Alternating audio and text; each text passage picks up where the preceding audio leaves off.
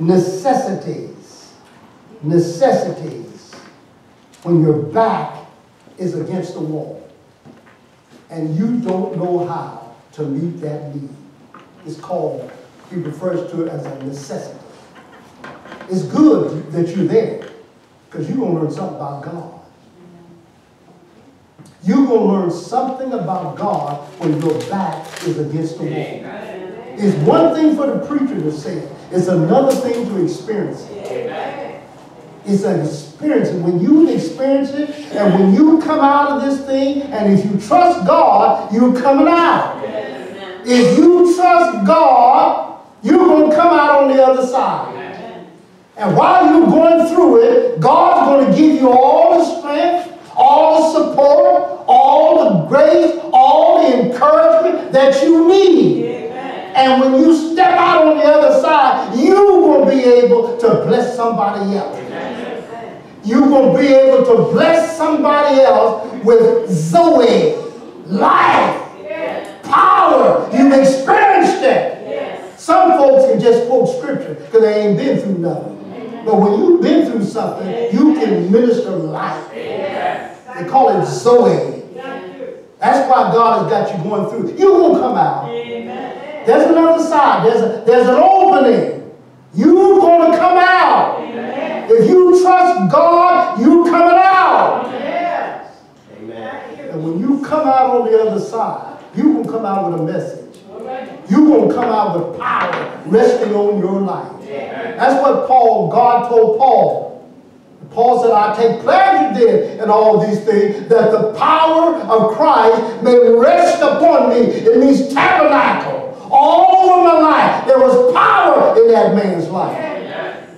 If we get to it, everywhere Paul went, there was either a riot or a revival.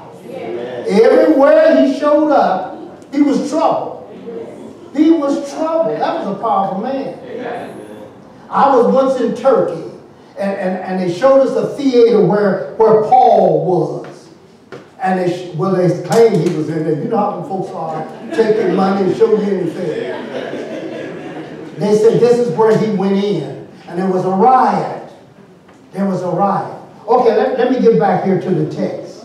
Necessities. When your back is against the wall, there's a need. And you don't know how to meet it. It's good to be there. Because you're going to see the power of God. That's why they got you there. Amen? See, when you're a saint, you don't have to go out and get your drugs. You don't have to go out and get you a bottle. You don't have to go to your girlfriend's house. You go to God. God will bring you out of this thing. I'm a witness.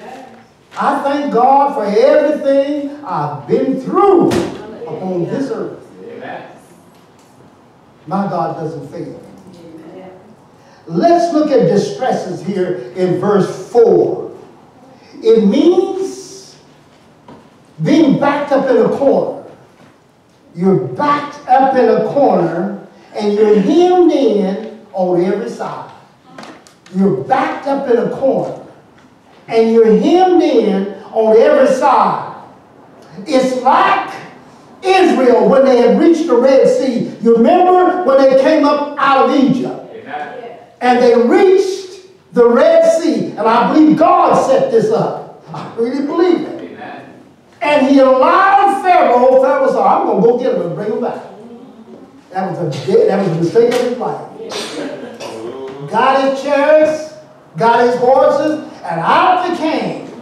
Now, the sea was before them. Pharaoh was behind them, and there were Egyptian fortresses on both sides. There was no way to get out of that unless God intervened. Guess what Moses said? Stand still. Stand still. Don't panic and don't run. And you're going to see the salvation of your God.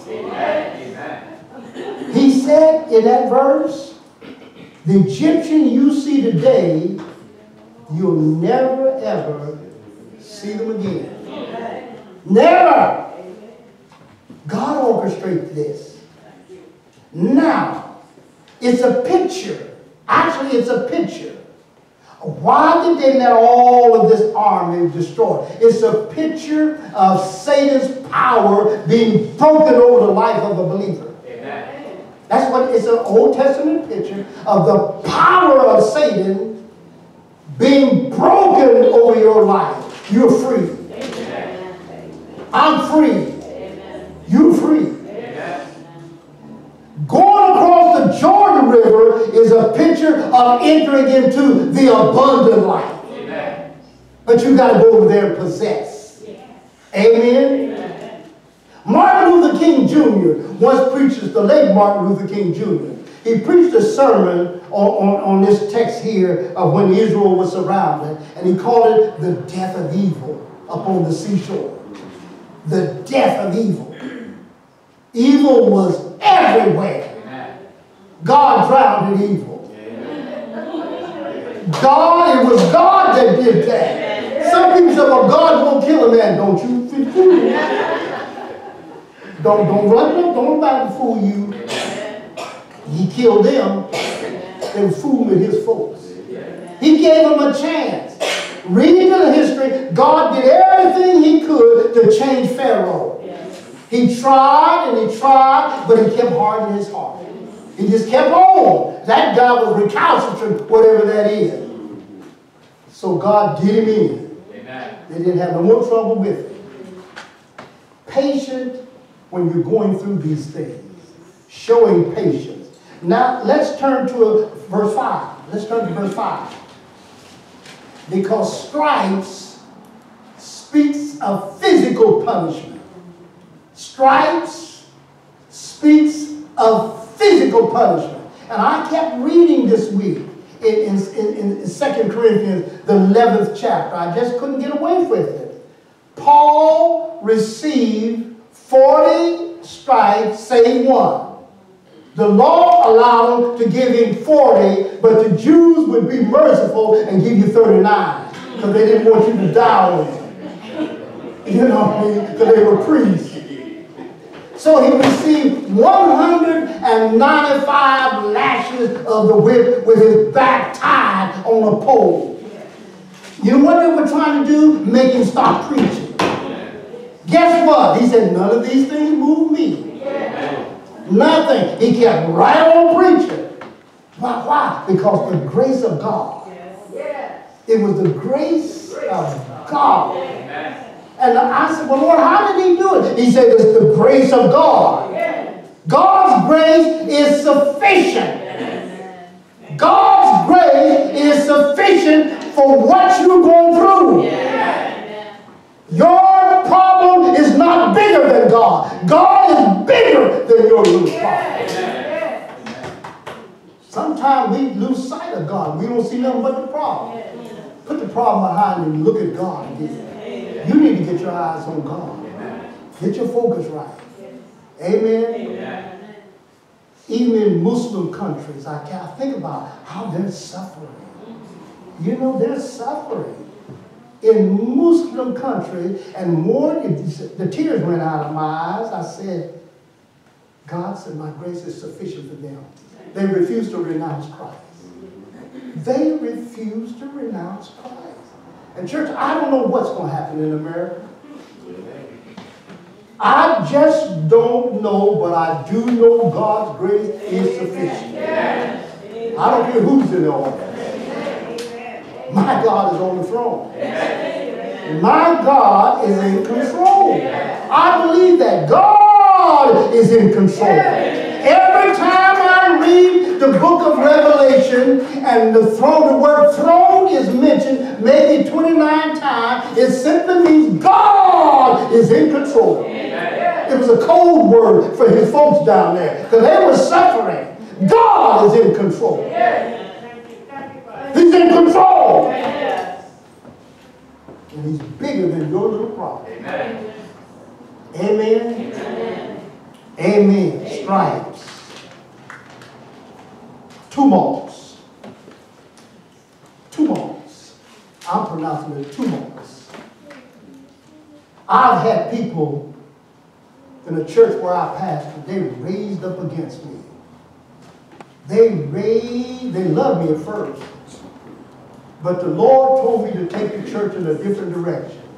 So I cut out all fish frying on Friday. I taught first. I taught for 2 years first. I taught and they just fried more fish. Chicken dinners. And they said they was working for the Lord. Well, that ain't the Lord's way. I'm not against entrepreneurs. I'm really not. Job was an entrepreneur. But God says give tithes and offerings. And no folks wouldn't give tithes and offerings. The church smelled just like a fish house. You couldn't go into your clothes. It would get into your clothes. It was so bad. So one day I came and said, got up in the pulpit. I said, Lord, you got to be with me. No more fish fry. No more chicken frying. And they just couldn't believe it. They shook them up. They turned against this preacher. But this is what I learned. 1 plus God. I learned that. I learned that. Because God told me to change direction. And I learned that 1 plus God equals the majority. All the folks that stood up against me, I preached their funeral. I actually preached their funeral. They were, I hate to say, they were dying like dogs. You see, if God is for you, who can be against you? If God's for you, sometimes they'll raise up against you on the job. Amen.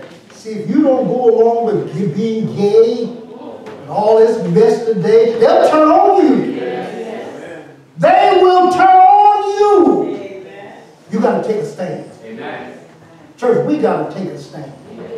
And we got to preach against fornication. It's wrong. We got to preach against pornography. It's wrong. We got to preach against being feminine.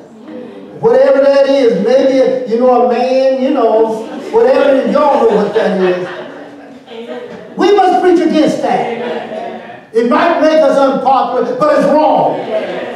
We got to take a stand on this earth for righteousness. Church, we got to stand before God.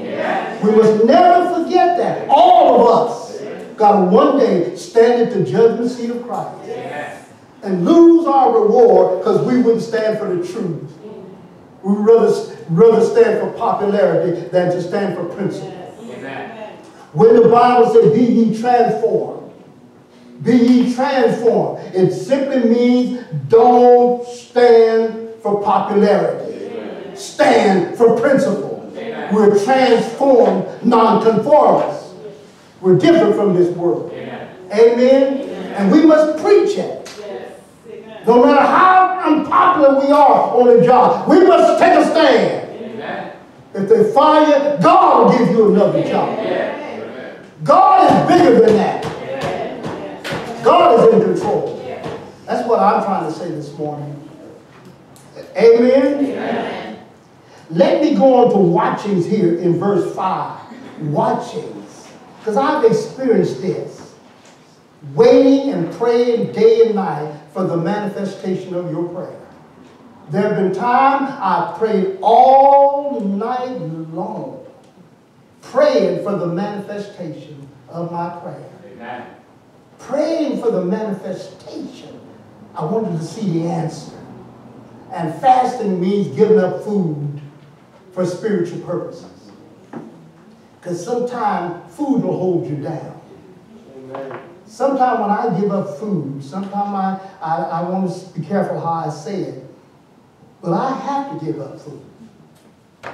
I have to give up food. And I do a Daniel fast. Sometimes I get me maybe a cup of coffee, and I shouldn't be drinking that bad stuff. And I get me sometimes a slice of toast. Maybe I go a day. I can pray better.